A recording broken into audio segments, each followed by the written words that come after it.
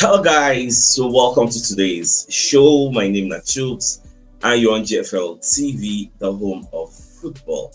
So if today is the first time we see our program for able to bring you the latest Arsenal news updates as they drop all over the world. So for now, we'll start today's show. How y'all doing? Hope you guys slept well because I really slept like a baby because that yesterday's win. The last time I feel the way I feel like that, now when we beat Manchester City 5-1.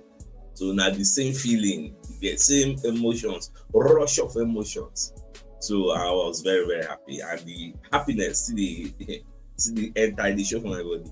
All right, let's start with this morning show. So McHalsey, maybe one of the former EPL referees, what they talk about the game we played yesterday.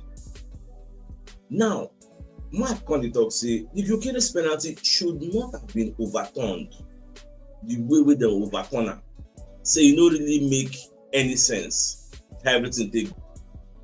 Now, it's a double standards for Arsenal because Gyökeres denied clear penalty at Newcastle, claims ex-referee as William Saliba foul comparison made. So this report was put out by Goal.com as said by McHalsey. Now, former Premier League referee Halsey argued the on-field penalty decision was correct. He explained in his piece with The Sun that Gyökeres' penalty should not have been overturned. Newcastle goalkeeper Pope got a touch on the ball, but he did not win the ball. Yes, he got a touch, but did he win the ball? The touch does not negate the award of a penalty. Why did VAR get involved? First, it was not a clear and obvious error from the referee Janet Gillett. The on-field decision should have stood. Gyökeres played it onto Pope, and that is how he got the touch. And then there is a late challenge and brings him down. How many times do you see a foul given for a player that wins the ball and follows through? The touch does not mean it is not a penalty. VAR should not have been involved. And like the thing where the talk yesterday say two things can be correct, two things can be true at the same time. Nick Pope touched the ball, yes. Nick Pope also fouled with Gyökeres, yes. That's a penalty, you get. And onto the point so Bukayo Saka and people like Mikel Arteta they make say, even if maybe he touch the ball, he no touch the ball, was it an obvious error where VAR need to intervene? Because when they say obvious error, sometimes they say if they give the penalty, everybody all over the world will cry, say, Ojoro, he dey unfair, Kinikon. But based on say, if they say they give the penalty, if say the penalty stand, nobody will bat an eye. Nobody go complain. Everybody will say, okay, I kick the player, I touch the player again. But why are you intervening? Why are you refereeing the referee? VAR be the referee, I mean, and the on-field referee will be the referee. These are the issues. And I did very happy to say former referees. I even saw the statements put out by former referee Clattenburg. Clattenburg said the power.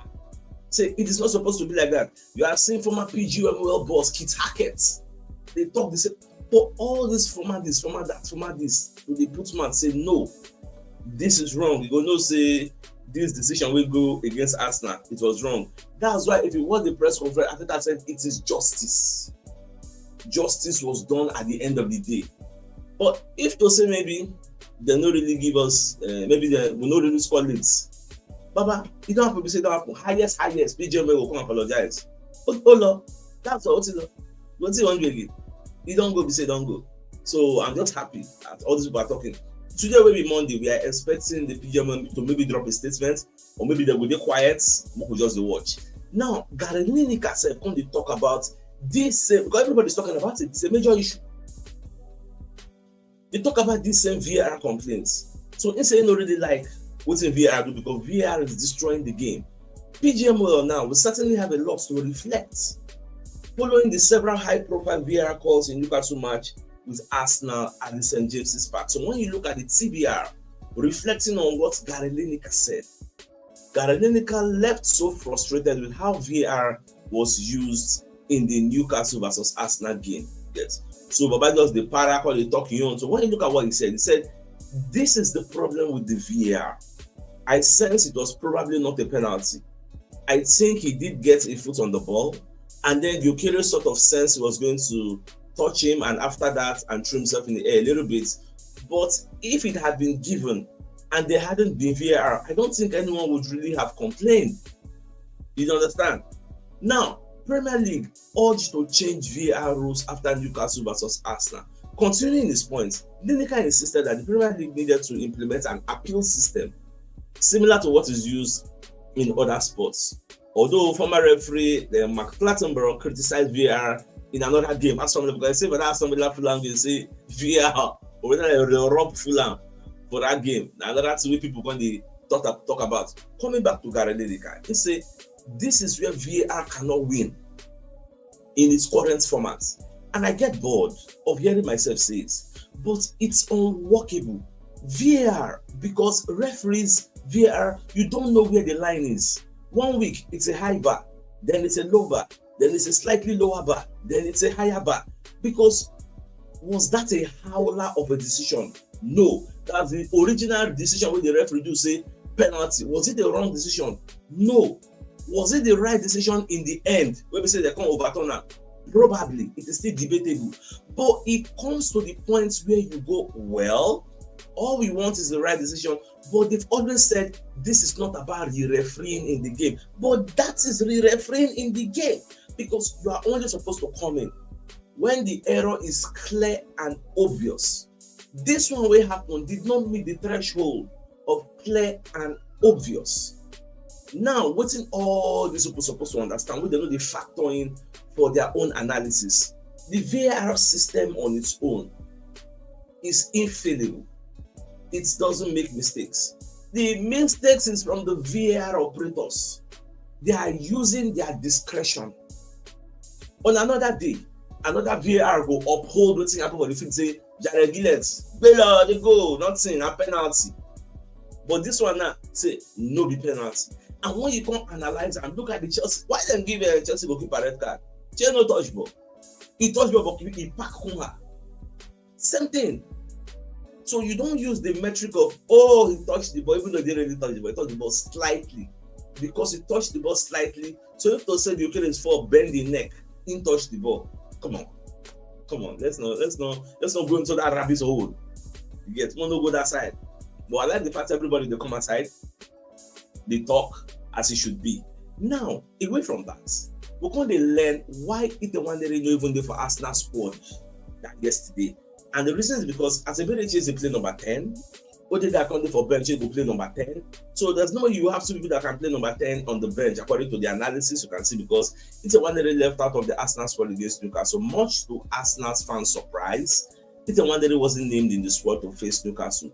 Given that Eze was playing as the number 10 and Arsenal had Odegaard on the bench ready to come on, it was seemingly decided that Wanderlei could be left out. And this should not come as a surprise to you. I don't talk this thing before, say, if everybody they fit for our team, some people no go make match this squad. If everybody they fit.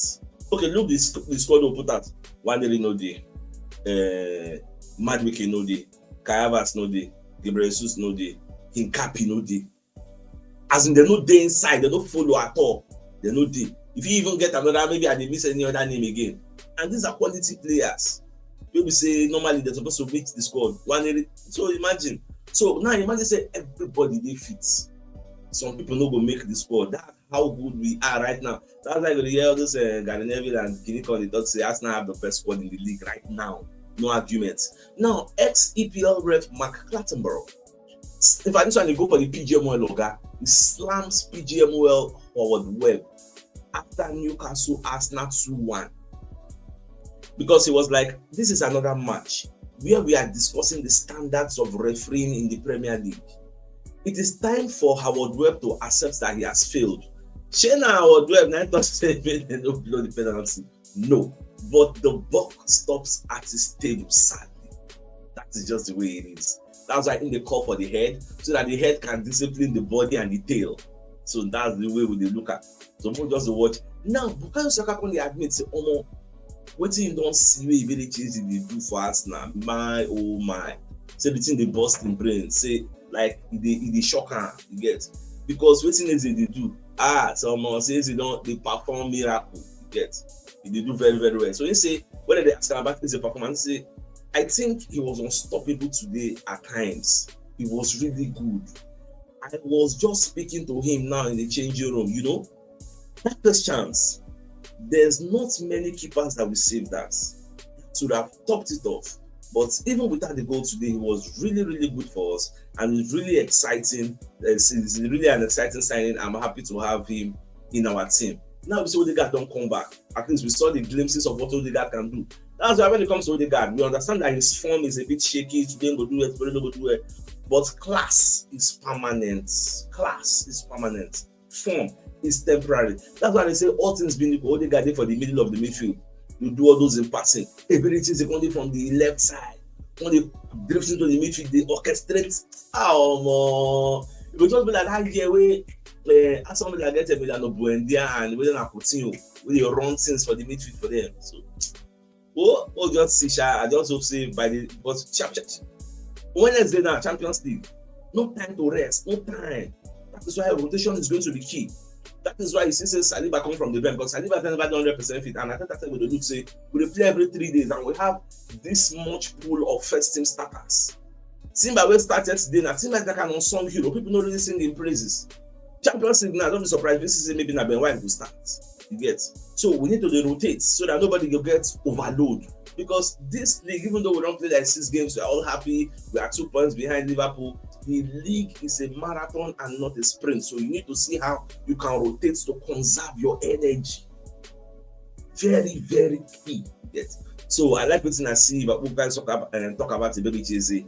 That's quite true. Now, away from that, look at the picture you see on the screen. This is counter attack. Look at how many players they mark Rafael Leao. 1, 2, 3, 4, 5, 6, 7 players. This guy now one man. If I didn't tell them, don't say Rafael Leao, left wing, Rafael Leao. Go play say maybe what will be this Rafael Leao? The guy could die. He get pace, he get power, he get trickery, he dey shot, they wipe any which way. You get. This is AC Milan versus Napoli. AC Milan beat Napoli. I think it was yesterday. I beat the first day. They beat them 2-1. You get. And this picture don't the trend on social media. See all of them. The Russian. The thing is just funny. You get. That's what I say. That's our left wing. Activate them. And funnily enough, this guy tendered a transfer request in the summer transfer. Saying one league to AC Milan, but nobody came to his rescue because he don't look say he don't outgrow that place. He need to go find another challenge. You get. And if you look at what is happening at Serie A, AC Milan at the top of the table, AC Milan, Napoli, and Juventus, all of them, they almost similar points. Yeah. So that place, they're very, very and highly competitive. Nobody don't really win the league in the last maybe 5 years or thereabout, back to back. This one go winner, this one go winner, this one go winner, this one go winner. Nobody like England, one party just carry monopoly, win like 4 straight. Can't try them again, huh? Can't win the 4th straight. Who could see now? See, now it's supposed to be our turn. Arsenal. Based on the firepower we'll get now. Look at Gyökeres yesterday. I can argue that yesterday was Victor Gyökeres' best game with the Arsenal shirts. Papa just did the game, as in any which way, he did everywhere he get. They do the hold up play, they deliver. Oh man, the guy no score, but at least you see the movement. So yes, the EPL game system, it don't enter body, small, it don't enter body. Very soon, we'll see things. Now, away from that, we're going to hear what Steve Parish, the chairman of Crystal Palace, said a long time ago in 2015. Steve Parish said Crystal Palace could lift the Premier League title in 10 to 15 years. So when you add 10 years to 2015, you're looking at 2025, you get. So then, based on say Crystal Palace did like maybe second or third for table, and they did third for table, people gonna say, oh, Steve Parish don't talk about before, maybe Crystal Palace don't come with the league now, Baba. And I just calm down. Then I don't go overhype them. You get highest. If you carry Europa League slots, because the league just starts. Many things will still happen. You get league just start. But say Crystal Palace go win the league, I beg. I don't want to hear all those kinds of things. You get. But this not be the time when you say let's start to develop come from nowhere. Come try and say let's start to develop come from. This is another era. Now the bar is high. So this is the Palace go amass 80 points. I don't know the season. Defeat 70 gone they can day. What is the point accumulation in the last 5 years? I know, I didn't see the arguments online. I don't even carry me. Don't carry me go that corner. Now, Fabrizio Romano going to talk say Arsenal have scored 50% of their goals on corners this season. And so, in fact, my first reaction when I read this was and so, Yes, we are corner kings. Yes, we know how to use it. Yes, that's our weapon. So when I say go learn now, if you easy go learn, go do now. Yeah. Man City are not a threat when it comes to set pieces. Liverpool are a threat when it comes to set pieces. Van Dijk is what Van Dijk is to Liverpool what Magalhaes is to Arsenal. So which other team gets like threats when it comes to set pieces? Everything get threats because they have Brathwaite, they have James Tarkowski, so they get Bento, yes, so they get threats. So but we number one, Alagbara when it comes to Lori Ade, no time. Now, why did Newcastle not get a penalty for Gabriel Magalhaes' handball? When you read this report, you can't understand the law. So people they say, but the ball touch your hand now, why they no blow? So when you understand, because you say the ball ricochet.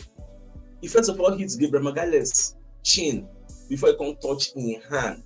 Therefore, according to the law, the Premier League rules that was introduced in 2024, it states that not every touch of a player's hand or arm with the ball is an offense. The revised rule defines what movements does not constitute a handball offense. 1. Justifiable position. That's when your hand is in its natural position. 2. Player placed the ball onto his own arm. 3. That was his supportive arm. 4. Clear change of ball trajectory when touched by the same player. And there Gabriel Magalhaes did escape because the ball fell touch his chin. The trajectory of the ball now changed. He now hit his arm. Or you can even say the player played it onto his own arm. So those two stipulations of the law, now what made that thing no be penalty, because me too, I know what lie for you when that thing happen. And they can't say VAR, they check and along, but me and for my mind, I'll say, oh, na penalty, this, oh God, I don't fear, you get. So when they can't return the not penalty verdicts, I was like, how? So now after the match, as I did do research, I can read up on the rules. I can discover, so okay, so Lord, that's why. Okay. Now I can understand that. So that one no day for debates at all. That one is pump and play. Yes. So that one no day for debates. So that's just the way it is. Now, did you know that after the game, Joel Linton go confronts Arsenal assistant Miguel Molina, push the guy only one puncher? What did really happen? We don't know. So you see Joel Linton there, see Molina and wear that white tracksuit. I think I can go diffuse the situation, go break them apart. When they were trying to shake and Joel Linton not really shake. These Newcastle, they are so losers. You know what I remember? There was a match we lost here. Where I don't know whether Joel Linton, Bruno Guimaraes, one of them wanted to go and shake Gabriel Magalhaes. Yes, I think it was Gabriel Magalhaes. Magalhaes not really shake, and me on the vex. So that's not so losers. We beat them. I want to shake you, nobody shake me. Why nobody shake me? You should be, the hostility should have stopped after the game. The rants, blah. You now they won't shake you, you know really shake because you don't lose now. For my mind, I believe say now go jealous the way that they done before. We go play. Now we just come and goal against the run of play. Carry and escape, back 20 more, you carry and go. I also know they do us before. But this time around, we let now. I don't thought that we're not going to turn on a bright price. Again, no point complete. I don't say we strengthened, and when you look at that game, we'll see say Eberechi was key. Now imagine say Eberechi in that game.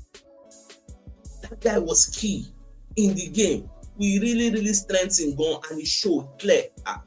So when I don't call it on our own, it gets some other tough places, other tough teams where we will still meet, especially Manchester City at the Etihad. I want us to go there and have the mindset that I want to go and win. The Etihad, that place. We'll see what we will go do there. Then don't come on our home. Jello. I'll see whether for their own home they'll come play 10 men behind the ball again. Liverpool coming to our own home. The gas collects. I can't wait that day. Because they say on that day, Liverpool will come all out. They're going to play counter-attacking football. They're going to play very reactive. They will play defensive. They're going to be cautious. Because everybody knows say Arsenal know the shiri now. And you know notice say teams now they pay attention to Liverpool the way they know they pay attention to them before. Teams now they set up 10 men behind the ball against Liverpool. Look at some of the games they've played, some of the small teams they've played. Look at their formation, even in the cup games. People are setting against them 5-4-1, 4-5-1 because they don't recognize say Liverpool good. It just be like far back 2022-2023 when we miraculously fought for the league. Nobody expected us to do that. So people don't really do anything. That's why Martinelli was scoring a bunch, and Saka scored a bunch. Even Gabriel scored about 10 goals or more. Odegaard scored plenty. Then Guerra. After that season, people took notice. And look at these people. The upper season, low block everywhere, low block everywhere. We could not replicate that form again. Till now, Odegaard never reached that level again. Martinelli never could reach that level again. Because they are now paying attention to our players. Now, what's in Liverpool they see? And it's coming at the time, Isak, Alpha. How many things he don't do? How many magic? Have you heard anybody in the media calling him out? The same thing when Isak first, nobody you get his face. You get said no do training. Preseason, how many preseason you do? He come inside, we throw him in. Harvard's gonna get your own injury. So we had no choice to rely on Gyökeres. Get to call him out. Look at Isak now. Why are they not calling him out? We need to see the double standard. We need to see the hypocrisy. It's all good. We don't see it. Now, why did the referee ban Ricardo Calafuri from using towel versus Newcastle? Why? Because Mr. Vade keenly interested to know why. Now, when you read the story, you'll come find that Ricardo Calafuri was banned from using a towel before taking a throw-in during Arsenal's 2-1 win at Newcastle on Sunday has now been explained. The Football League enforces a rule banning external equipment as part of its clampdown on time wasting. But the Premier League has no specific rule regarding towels. Yes. So if this Premier League has no specific rules banning towels, why did they now ban him? Because it's not really clear. Not really clear. The referee using discretion. Maybe go say maybe the Calafuri don't want to waste time. Okay, the same Calafuri still put the ball on the cloth, using cloth cleaner. So, well, that one I own. And don't forget, in everything we discuss about that referee, don't forget that he's a Liverpool fan.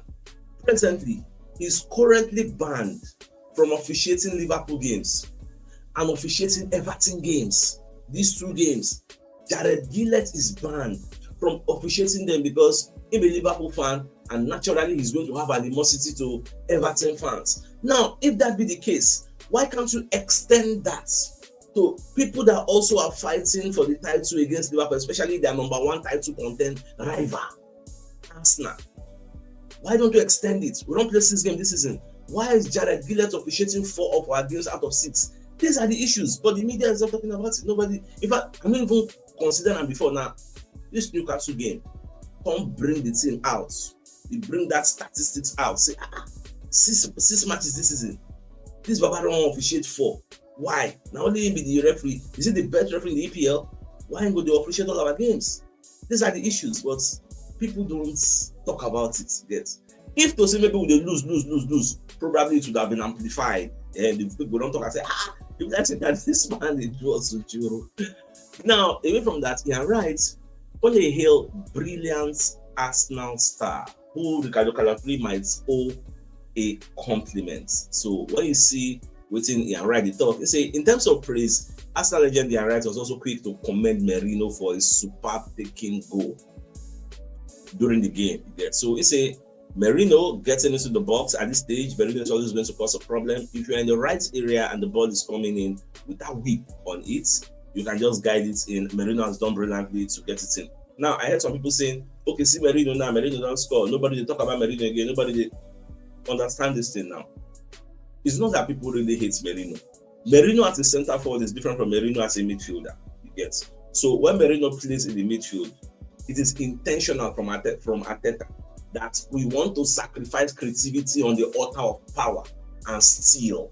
You get. You need to understand this approach, because everything is an approach, strategic approach to games. Now, if the game can't end, you know can't win, people can come out and say your approach no work. But me, I'd like to highlight the intent. You get, in as much as the approach no work, but what was the intent of the manager? So now, when I analyze all this intent, people say, at least they support that, but it's you have to analyze everything. You don't isolate some facts; it will become lying by omission. So you have to analyze everything in totality. But Merino as a center forward or Merino as a member of the attack, because at that point we are just throwing everybody in to go and salvage a points or see how we can do something. That's how we withdraw Rubimendi. They put in attacking reinforcements. We got the goal. Immediately we got the goal. What did that time? Look to the bench. How far? What's the instruction? I think I learned and say 8 minutes new. Oja, they sumo. everywhere good, my people. So that just now everybody they praise Merino. Even you're right, sir. You're right to the castigate Merino the other day is praising him today because the two positions are not the same. We don't want to see Merino playing number 10 when we have other people that can play there. That's just the way it is. Nobody go sugarcoat am. That's just the way everybody's talking about it. Now, away from that, now Jamie Redknapp, when they talk say people they talk say Arsenal don't play tough game, Arsenal don't play tough game. Say Liverpool also have a tough start. The question say, okay, who be the people Liverpool play? He said Liverpool played Bournemouth at home. So hand of Arsenal, they say you can't make this up. So you want to equate Liverpool playing Bournemouth to Arsenal going to the theatre of disaster, to Arsenal going to Anfield, to Arsenal hosting Man City, to Arsenal playing Nottingham Forest. You want to equate Bournemouth to all these people. That is where bias comes in as a pundit. You get, even though we know you are affiliated to Tottenham Hotspur, but you shouldn't let your biases show. Like you shouldn't be glaring that but you are biased. No. You shouldn't let it glare. Say this person is biased. No, you're supposed to hide that. You're supposed to keep them in check. I'm an Arsenal fan, but when I do my analysis, I don't let it cloud my judgment and tilt my analysis to one corner. You have to be very, very objective on the job. That is the way. Like the person they hear what you talk, they will differentiate you from a normal fan. When they apply the principles of fairness, objectivity, and accuracy, all these things. So that's just the way it is. Now, even hand of Arsenal, when they retweet or repost with a Mark Ogden talk, Mark Ogden say you can't question the spirit of Gyökeres. He's been kicked, manhandled, wrestled by Dan Burn, Sven Botman, Thiaw, and now Lascelles, but he just keeps coming back for more. Because that yesterday, the Newcastle entire backline were already out for battle, out for war, out for blood against Victor Gyökeres. They really carry the guy for mind. But those who claw for neck, as in the body checking, everything. But that's in a lie. I did get with now. You get instead of bully, do I mean go bully? Everywhere good. Now, hand of Arsenal can say today, that's yesterday. Miles Skelly, Odegaard, Saliba, Martinelli, Merino came off the bench. Why? They were not good enough to start. They came off the bench. Dolman, White, Norgard did not even come on to the game. They don't play at all. Kai Havertz, Jesus, Hincapi, Madueke, they are yet to return. Read all these names. They were not picked for one reason or another. They know they're part of the squad. Our options are crazy. And this is a factual statement. This is why people are jealous of the Arsenal squad. Comes to the defense, comes to the midfield, comes to the attack. They are jealous with the depth that we have right now. It has never been this good at Arsenal. I never experienced that before. This is like the first time. So that's what it just be. Now, away from that one also, Victor Gyökeres don't post this image for Instagram because say, this team instead for see now people don't understand why Gyökeres is spotting this ball coming. Why he fights tooth and they say, oh more. Now this team I won't play for, this team or nothing. Because he said no say, he talk about in press conference say they are hard to score against. This Arsenal team, they are hard to score against. So Mr. Bako go join them. They're too good. And that hard to score against is what is metamorphosing in Fabrizio Romano's post. Now, Fabrizio Romano said Arsenal have conceded only 3 goals this season across all competitions. Versus Liverpool 1 goal, Man City 1 goal, Newcastle 1 goal. Never more than 1 goal per game. For you to even get that 1 goal, you go do like this. For you to get that 1 goal. Not to talk of say you walk out class, that's who you. I want to do that. You get Oposi. Now let's move from one of our sponsors in Movie World Associates and Co Limited. They're into construction services, dredging, canalization, real estate, and shore protection works. They're also into mechanical and fabrication services and procurement services nationwide. So if you want to reach out to them, call them on +234 80646422 34, and they're located at number 7 Ekenwell Road, or Razi, opposite St. Stephen's Anglican Church, Port Harcourt. So if you're interested in any of their services, please do reach out to them. Now the biggest news of the day, I'm in fact say former EPL ref Mark Halsey, for the talk say Gyökeres' penalty shouldn't have been overturned. He get. So make the VAR work towards their game, and not just McCarthy, McClattenburg, they talk, Kit Hackett, they talk, many former this, former that, former referee, former PGMOL boss, everybody is speaking. Let's wait and see whether the PGMOL will drop a statement or not. So with that being said, I think it's a fine place for us to call the show and ends. Like, come here with the time in the evening to give the evening news to them. Thanks for tuning in. Enjoy the rest of your day. Like, get out. All right, guys. Ciao. Keep enjoying.